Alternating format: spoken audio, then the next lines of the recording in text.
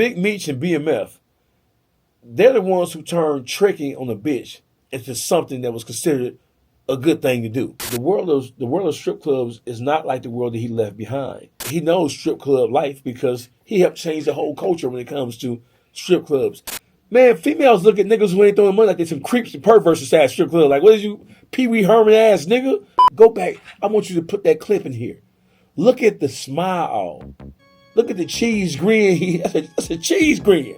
When he pulled up in that raggedy ass truck. When he pulled up in that raggedy ass 1996. Look, after raising all that hell, why do you think Rick Ross didn't show up to Meech's party in Miami? Bro, then every BMF member had blocked me on Instagram. Rick Ross don't give a fuck nothing about no Big Meech, bro. I mean, I know we brought up 50 Cent early, man, but 50 recently shared your post about Big Meech and a party he recently was at, man. Can you give me some feedback? I mean, some backstory on what was that party all about, man? It was 50's I'm off tether party. You know, he came home last year, so it wasn't a coming home party. Big Meech's party. It was Big Meech's off tether party because when he came home, he was released from the feds. He still had an ankle monitor on, so that party marked him being released off ankle monitor, so he could move around more freely than he could before, without an ankle monitor on. So he moving around. So that party was a celebration of that. Okay. It was a horrible affair. What made it horrible, man? I saw a lot of people talking about. I mean, so listen. So I mean, the party within and of itself, right? It was horrible. I mean, really, you don't really have anybody. The horrible nature of the party came from the strippers. I mean, he decided to throw his I'm off tether party in a strip club. When you throw a party in a strip club and the strippers don't get paid or they don't make as much money as they think they should have made, they have a problem. So the world of strip clubs is not like the world that he left behind. So you had strippers traveling from all across the country, from LA to Chicago to Houston, Memphis, Detroit, New York, who traveled down to that club, his club. He owns the club, Club 24 in Miami. That's Meech's club? Yeah, he owns that club, right? So when people say, well, why do you think he held it at that club? Because that's his club. So why would I take some money and take it somewhere else? I'm going to hold it in my club and I get all the money. The issue is that Club 24 has house dancers. They have 15, 20 females who dance in that club on a regular basis, right? And then he put the call out to have strippers from all across the country come down there. And so based on all the reports that I have, there were close to 100 females down there. And the club normally accommodates no more than 20 females. Oh. So you add another 70 females to that equation, and you have 100 females down there all competing for money. All competing for attention, like you said. Every report that I got from the strippers who were not from Miami, the strippers from Miami were happy. They said they made their money. They said that their tip out is what you pay to dance at a particular bar. Right. Their tip out was $150. All the out of town females said their tip out was $500. So he charged the out of town females $500 to dance at that party, and most of them, in terms of the money that was wrong. Every report that I have says that what the club gave them after they split everything up, the girls walked away with $600 a piece. So that was 70 girls who walked away with $600 a piece. And mind you, you got females flying in from LA, from Houston, from Chicago, from Detroit.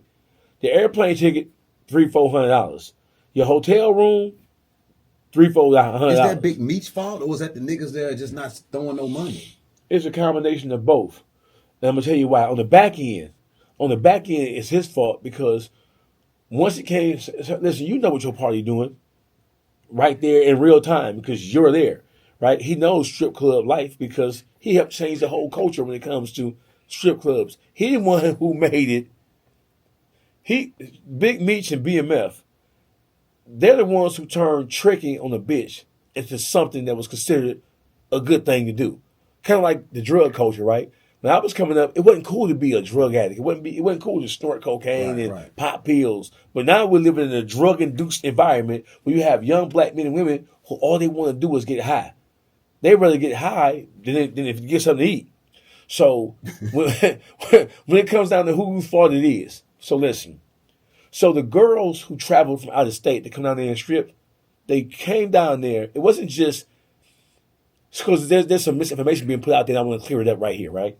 So it's being said specifically, and especially by the Miami dancers, that the girls should have been more aware of what they thought could possibly happen when they travel out of state to go to a party. First of all, the party was on a Tuesday. How many parties, I don't care where you go, what city you in, how many strip club parties go up on a Tuesday? Not many. Not ever. You don't have large scale parties like the one that was being thrown that day. You don't have those kind of parties with those kind of people on a Tuesday. Everybody at work. Everybody at work, right? So that's one thing. Number two, so it wasn't just the girls. The girls was responding to the call to come down there because they were looking at the legacy of Big Meech, right? They and most of those girls were, if they were born, they were 3, 4, 5 years old tops. So they grew up hearing about how heavy Meech was, and the whole Make It Rain thing. He didn't create it, but he took the whole Make It Rain thing to a whole different level. He is the one who changed his behavior inside our culture, specifically inside of strip clubs. It changed the whole dynamic of not just how strippers think, but how black women think overall. Because the stripper and mentality in Atlanta, right? That shit came out of the club and it seeped into the day-to-day life of regular females. So now it wasn't just strippers expecting to get something for nothing or to get something for their bodies or for sashaying around. Now you got regular females who believe that a nigga supposed to pay them solely because they exist. That's Big Meech's fault. So when you look at the criticism that he's facing, do I feel sorry for him? No, I don't feel sorry for you, because that criticism is like, the criticism comes from an atmosphere that you created, and then the way the party was shaped and advertised. It was advertised like it was a reoccurrent, like he was finna relive his glory days from Atlanta and area else we went down there. So he invited them to come down there. So my thing is this: is it his fault? I want to say no, because he can't control what people come in there and buy. He can't control motherfuckers coming in there and buying or spending, or he can't control that. But if you put a call out to have those girls come down there and dance at the club, once the night was over with, once all the doors shut, once all the patrons left, do you think that the women wasn't complaining? Do you think that the barmaids and the management of that club wasn't hearing complaints from the females who traveled from as far as L.A., Chicago, Detroit, New York, Atlanta? You don't think them bitches in there complaining? Loud enough for somebody to have told him, hey, listen, we got 55 females saying they ain't making enough money to even justify coming down here. They finna leave and go back home in the red. They spent more money trying to make this trip happen than they made down here. So listen, once you make strippers dissatisfied, that's the end of your motherfucking career, because we know that, specifically in the world of music, right? We know that Atlanta is the one who connected the strip clubs with hip hop. Because like the old saying goes, if your song will go in the strip club in Atlanta, it's going to eventually make its way to the radio. Right, yeah. That was because that you had the DJs who worked the strip club also with radio personalities and radio DJs too. So if the song was banging in the clubs, it automatically walked or found its way onto the radio. Yeah. Right? But that's not how it is in other cities, right? But that whole thing changed the whole culture of music. So when you listen, you know that as a rapper, when you go, if you have a party, any kind of party, inside a strip club, if you not feeding them hungry bitches, you know them hoes gonna turn against you, and they're gonna try to destroy your career by putting out all kinds of rumors about how fucked up you are, what a bad businessman you are, and how you ain't really lit because there's no money coming here for you. Bunch of broke ass niggas. Listen, bro, you can't even if you're not a rapper, if you go in the strip club, we can leave right here, right now, and go to Magic right now. We can go to wherever right now, right? If we walk up in that motherfucker, and once they have come to understanding that we ain't finna spend no money, we just looking, man, females look at niggas who ain't throwing money like they some creeps and perverts inside strip club. Like, what is you, Pee Wee Herman ass nigga? What you in here for? And I'm not mad at them, because listen, so I'm not a big fan of strip clubs, but I know when I do go to a strip club, right, I'm a get me a couple of 100 ones, because I'm not finna be sitting up in that motherfucker looking stupid. You hear me? Even though it's not my thing. You know, when you're in Rome, do as the Romans do, bro. If you're gonna operate inside a strip club, you're gonna throw a party in a strip club, you have to bear witness to the rules. And Big Meech helped create those rules.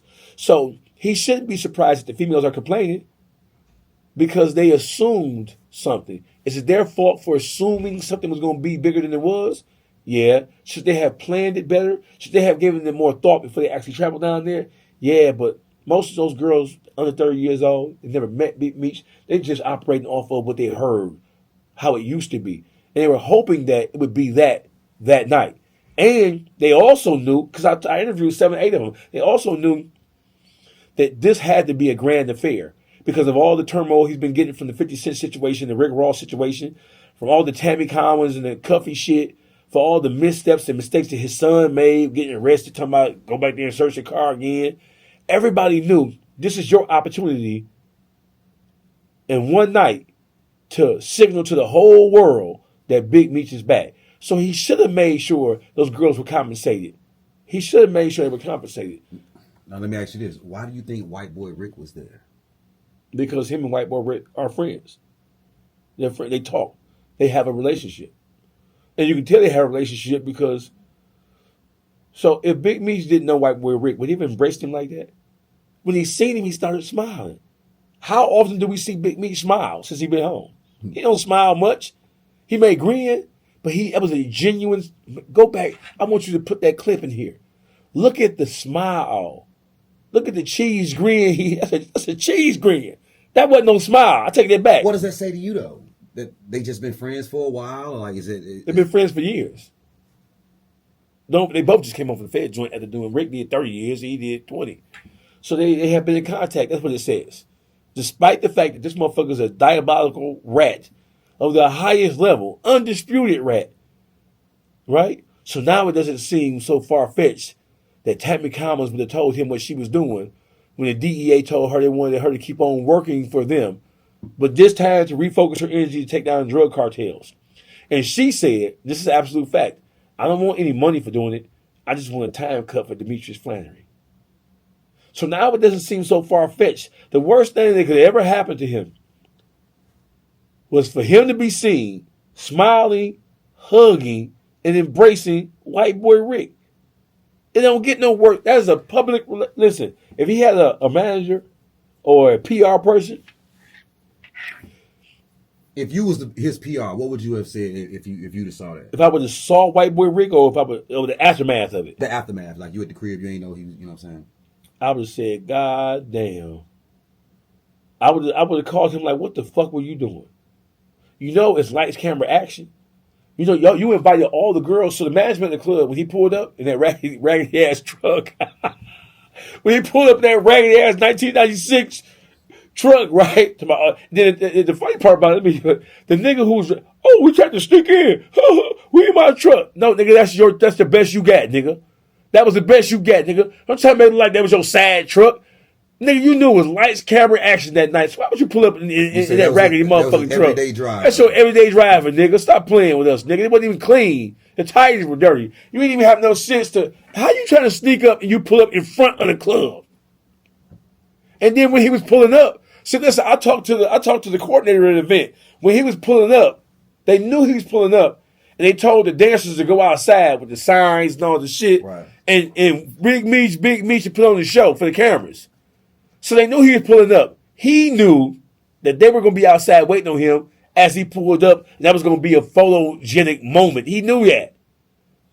So for you to pull up in that big ass jalopy ass raggedy ass truck, and then the nigga whose truck it was, that nigga said, "Oh yeah, man, we tried to sneak in." So why didn't you go to the back then? Who in the fuck comes to the front door like that, and you a star, or you got that level of magnetism about yourself? Who pulls up in the front of a? I ain't even a star, and I ain't pulling up in front of nothing. Especially by other people in the club. I ain't walking through no front door getting shook down by nobody, bro. You ain't touching me, period. Simple as that. So that was all a bunch of bullshit. But if I was his PR person and I would have seen that, if I would have woke up the next morning, first of all, his PR person got the call. If he has one, he would have got the call that night. Because my people were watching it. I'm the first person to put the footage up. Did you know that? It was me. because I was watching all the BMF members. I had my staff watching. They had blocked me, bro. Wow. Then every BMF member had blocked me on Instagram. I found that to be strange. Well, look, one time you had said Meech don't need to catch up. He needs to catch on. That was OG Freeze. That's a statement from OG Freeze. What you mean by that? Because you applied it to Meech.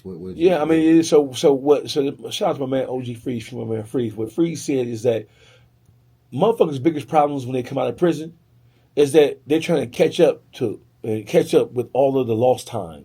So when you come out of prison, like when you're in prison, you like frozen in time, like a fucking Neanderthal. You frozen in the ice, right? You hear things and you see things, but you can't move. You can't make it to happen for real, for the most part. You do have people in prison who still can make motion, right. But for the most part, 99% of people in prison, they're frozen in time. So when they come home, they try to make up for lost time. And when you try to make up for lost time, you put yourself in positions and predicaments that you can't control because you've been gone a long time and you don't know what's going on no more. I don't give a fuck what you think you know, right? You may see him over there with a car, a condo, money, jewelry, whatever the case may be, but you don't know how he got it. So you'll find yourself walking into a fucking indictment. You know how many guys I know who did time and came home and walked right into an indictment because they didn't sit back and peep game before they did it? All they saw was that these guys was getting money, or they had access to something they needed to get money, and they ran right the fuck with it. So what Big Meech needs to do is to not try to catch up to these niggas. Try to catch on to what's going on. Sit back, analyze, right? Scope the scene like they tell you in CPR. Yeah. In CPR, they tell you, this is what they tell you in CPR. First rule, right? Before you run up on an accident, you need to survey the scene first to make sure that there's no present danger that's going to harm you. Because if you get harmed, right, that person is already suffering what that person is suffering, an accident or whatever. You don't want to run up on the motherfucker trying to save him and lose your life trying to save a motherfucker who already downed. So Big Meech, he's going to find himself in a situation where he's going to be dealing with people who he shouldn't be dealing with because he's not surveying the scene right? He's not doing background checks on the motherfuckers. So he's still fucking with the niggas that he fucked with before he went to prison. That's where he's going to fall at. Look, after raising all that hell, why do you think Rick Ross didn't show up to Meech's party in Miami? We ain't seen with Rick Ross at all, have we? No. No why? pictures, no videos, or nothing. Yeah. Rick Ross don't give a fuck nothing about no Big Meech, bro. Rick Ross knew that Big Meech had a working relationship with 50 Cent. Because don't forget, when he came home, the series was already going. It was in full bloom. Right? He knew that. He saw 50 with Meech. He saw the pictures go up on Instagram. I think Rick Ross played chess with the whole situation. And I think he stuck his hand because of the closeness of proximity, because he is from Miami. So he doesn't live in Miami. He's from Miami. So I think that he used that opportunity to show Big Meech that I can pull the people that you think on your side away from you and pull them over towards me. Simple as that. And that shit triggered a chain of events that shocked the entire world.